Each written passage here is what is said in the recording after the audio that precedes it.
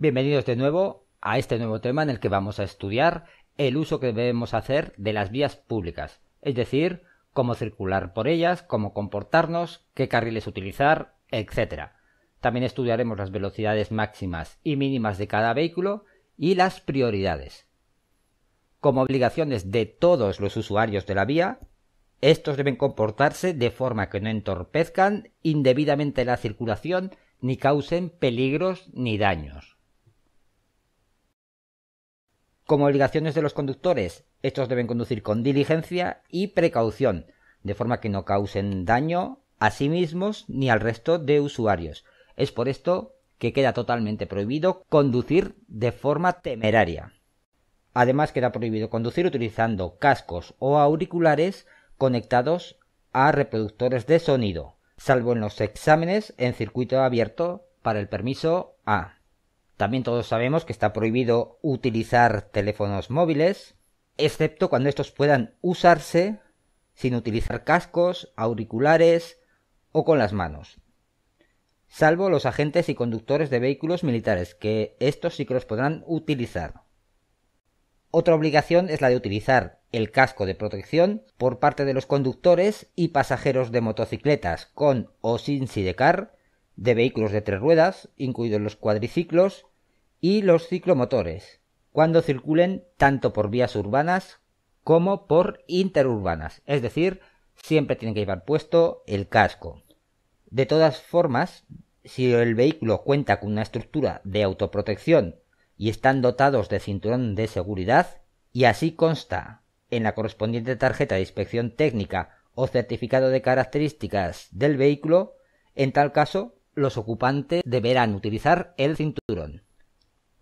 También el conductor de una motocicleta debe estar en todo momento en condiciones de controlarla y adoptar todas las precauciones necesarias al aproximarse a otros usuarios de la vía, sobre todo especialmente cuando se trate de niños, invidentes, ancianos u otras personas impedidas.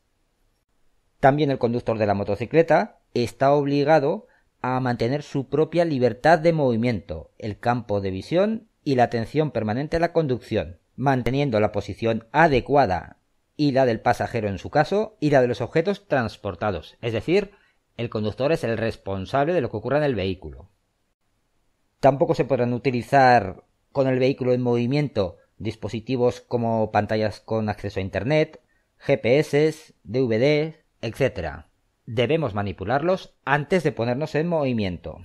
También tenemos que saber que los conductores de motocicletas no pueden circular en zigzag, especialmente con el tráfico saturado.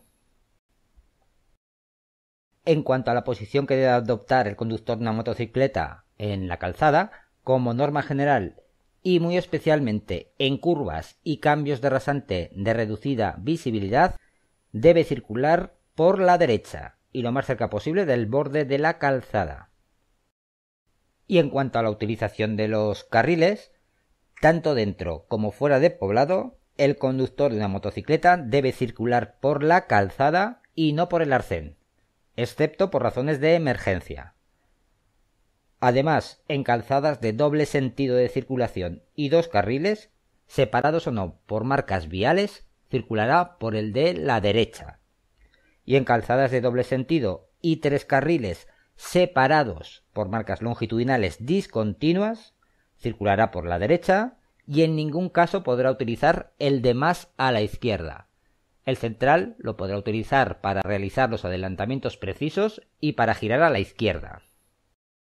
Si estamos circulando fuera de poblado, en calzadas con más de un carril para su sentido de marcha, se circulará normalmente por el de más a la derecha, si bien podremos utilizar el resto de dicho sentido cuando las circunstancias del tráfico de la vía lo aconsejen, a condición de que no se entorpezca la marcha de otro vehículo que le siga, por ejemplo en un atasco o cuando estamos realizando un adelantamiento.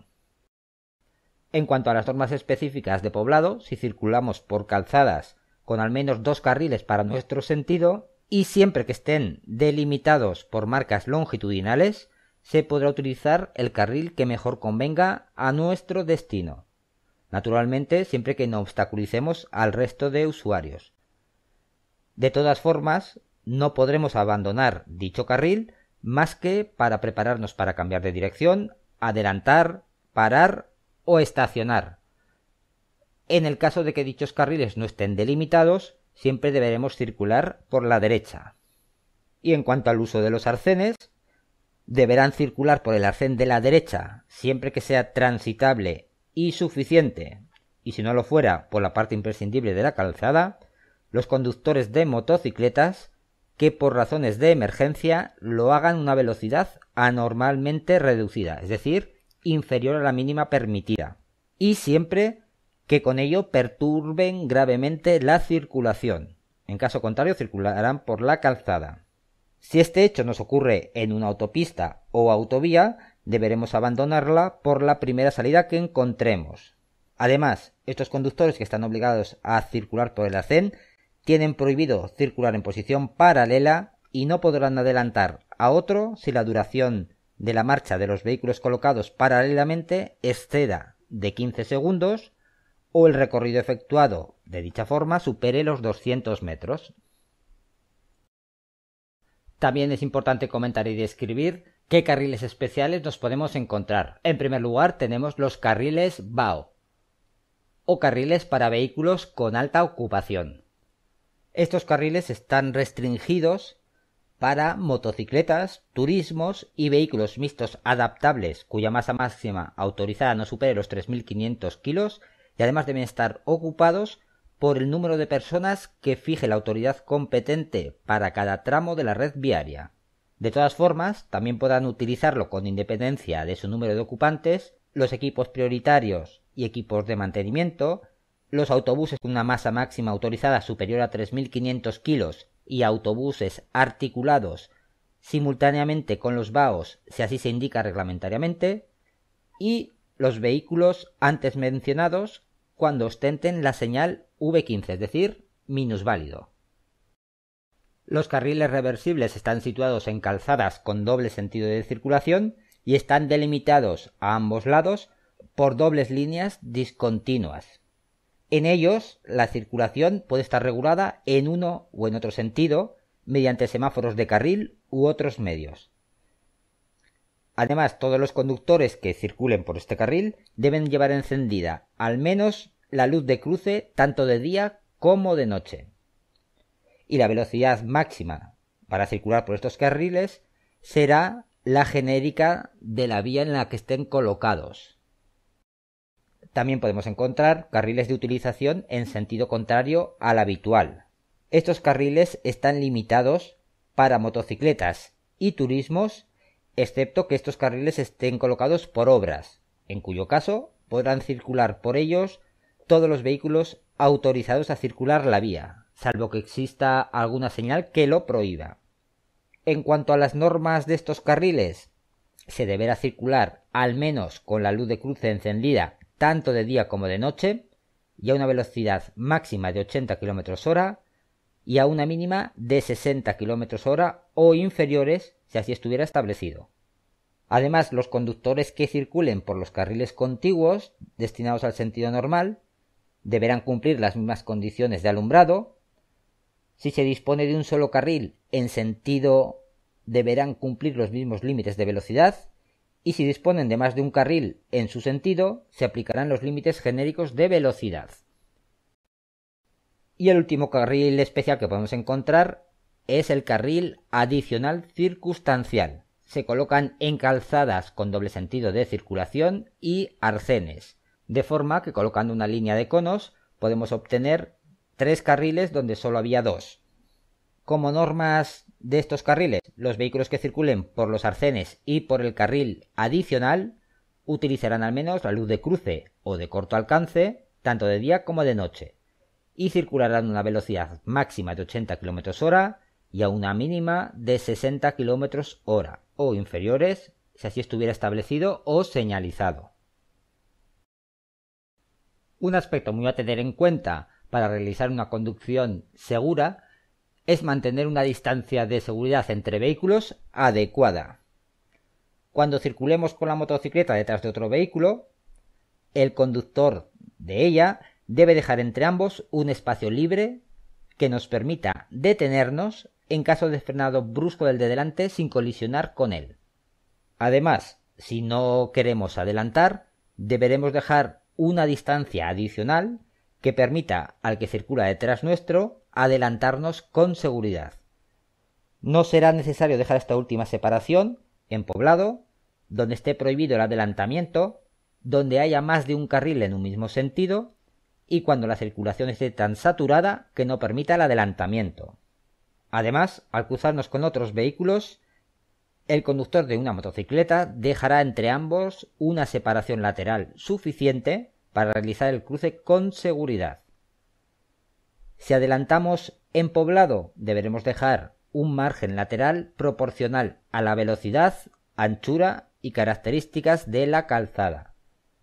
Sin embargo, si el adelantamiento lo realizamos fuera de poblado, deberemos dejar una separación lateral nunca inferior a 1,5 metros.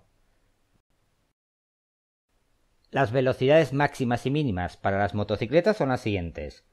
En autopista y autovía, la velocidad máxima será 120 km por hora y la mínima 60.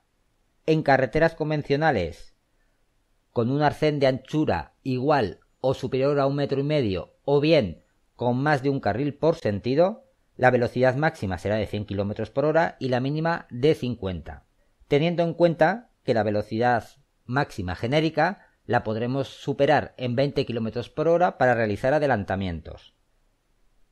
En el resto de vías fuera de poblado, es decir, aquellas vías con un arcén inferior a 1,5 metros y con un solo carril por sentido, la velocidad máxima genérica será 90, que también podremos superar en 20 km por hora para adelantar, y la velocidad mínima será de 45 km hora.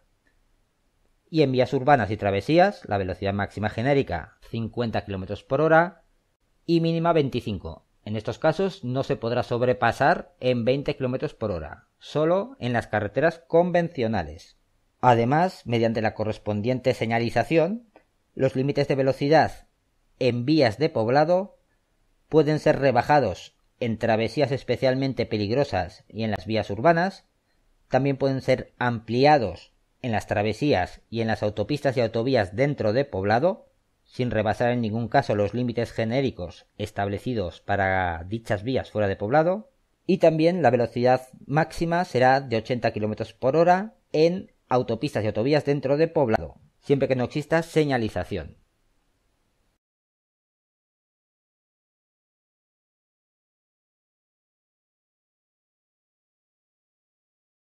Muy importante es además conocer los casos en los que debemos moderar la velocidad, es decir, circular por debajo de la máxima permitida, como por ejemplo cuando nos crucemos con otro vehículo y no lo tengamos claro o no sea seguro, en las intersecciones sin prioridad, en caso de deslumbramientos, cuando haya peatones o animales en la vía o se prevea que puedan entrar, cuando haya peligro por proyección de gravilla, en los pasos de peatones no regulados por agentes o semáforos, en condiciones atmosféricas desfavorables.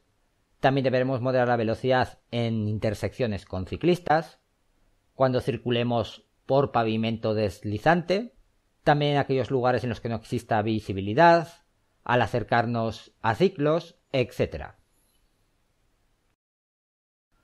Una vez estudiadas las velocidades, vamos a ver la prioridad de paso. En el caso de que lleguemos a una intersección que está regulada por señales de prioridad, pues simplemente debemos hacer caso a dichas señales. El problema aparece cuando esa intersección no está regulada por señales. En ese caso deberemos ceder el paso siempre a nuestra derecha.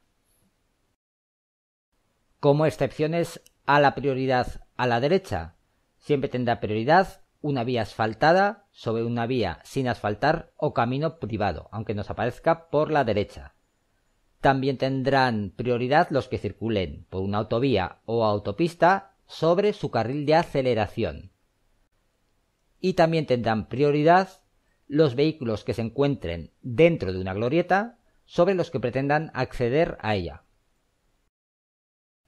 Como normas relativas a la prioridad, es importante que además de ceder el paso, todo conductor que deba hacerlo debe demostrar con la reducción paulatina de su velocidad que efectivamente va a realizarlo. Y por otro lado, ningún conductor, por mucho que tenga prioridad, debe entrar en una intersección regulada por semáforos si prevé que se va a quedar detenido en su interior. En este caso, debe abandonar la intersección lo antes posible, aunque para ello deba tomar una salida que no quería tomar. Lo importante es que salga de la intersección. Otras prioridades que debemos conocer: los vehículos que circulen sobre raíles tendrán prioridad sobre el resto, a no ser que existan señales que definan la prioridad en una intersección determinada. En ese caso, obedeceremos las señales. ¿En qué casos tendrán prioridad los ciclistas sobre los vehículos? En los pasos para ciclistas. También tendrán prioridad cuando giremos con nuestro vehículo a la derecha o a la izquierda y haya ciclistas cruzando la calzada, aunque no exista paso para ciclistas. También tendrán prioridad cuando circulen en grupo y uno de ellos haya entrado ya en una intersección. Y otro caso sería cuando los ciclistas circulen por el arcén y nosotros pretendamos girar e invadir dicho arcén para tomar otra dirección. Los casos en los que tendrán prioridad los peatones sobre el resto de vehículos: en primer lugar, tendrán prioridad en los pasos para peatones, incluso si no existe la señal vertical. También tendrán prioridad cuando vayamos a girar a la derecha o a la izquierda y haya peatones cruzando, incluso sin paso de peatones. Además, los vehículos deberán ceder el paso a las tropas en formación, filas escolares y comitivas organizadas. Otros casos en los que tienen prioridad los peatones: cuando crucemos el arcén con nuestro vehículo y haya peatones circulando por él, siempre que no exista zona peatonal. También tendrán prioridad cuando el vehículo cruce por una zona peatonal, o cuando los peatones vayan a subir o hayan bajado de un bus en una parada señalizada, cuando estén entre el bus y la zona peatonal o refugio más próximo. Y por último, vamos a estudiar cuando tienen prioridad los animales sobre los vehículos. Más o menos son los mismos casos que con los peatones. Es decir, cuando crucemos el arcén y hay animales circulando por él siempre que no dispongan de cañadas. También cuando giremos a la derecha o a izquierda y hay animales cruzando. Y los animales tendrán prioridad sobre los vehículos en las cañadas debidamente señalizadas. También tendrán prioridad de paso sobre el resto de vehículos los vehículos prioritarios siempre que circulen en servicio urgente, es decir, lleven la señal luminosa y la señal acústica. De todas maneras, aunque solamente lleven la señal luminosa, es decir, los rotativos, también deberemos cederles el paso. En cuanto a la prioridad en los pasos estrechos, si están regulados por señales, pues simplemente haremos caso a las señales. En el caso de que un paso estrecho no esté señalizado y se encuentren dos vehículos que no se pueden cruzar, pasará primero el que entre primero. Si no se sabe quién entró primero, pues el que tenga mayores dificultades de maniobra. Si son dos vehículos iguales, pues el que deba recorrer más distancia marcha atrás es el que pasará primero. En el caso de que los dos estén en el centro del estrechamiento, pues pasará primero el que tenga mayor anchura, después el que tenga mayor longitud y por último el que tenga mayor masa máxima autorizada. Y si nos encontramos en un paso estrecho pero en pendiente, es decir, esta pendiente tiene como mínimo un 7%, tendrá prioridad del paso el que está subiendo, a no ser que éste encuentre un apartadero. En este caso se debe colocar en él y dejar pasar al que baja. Y con esto terminamos este tema.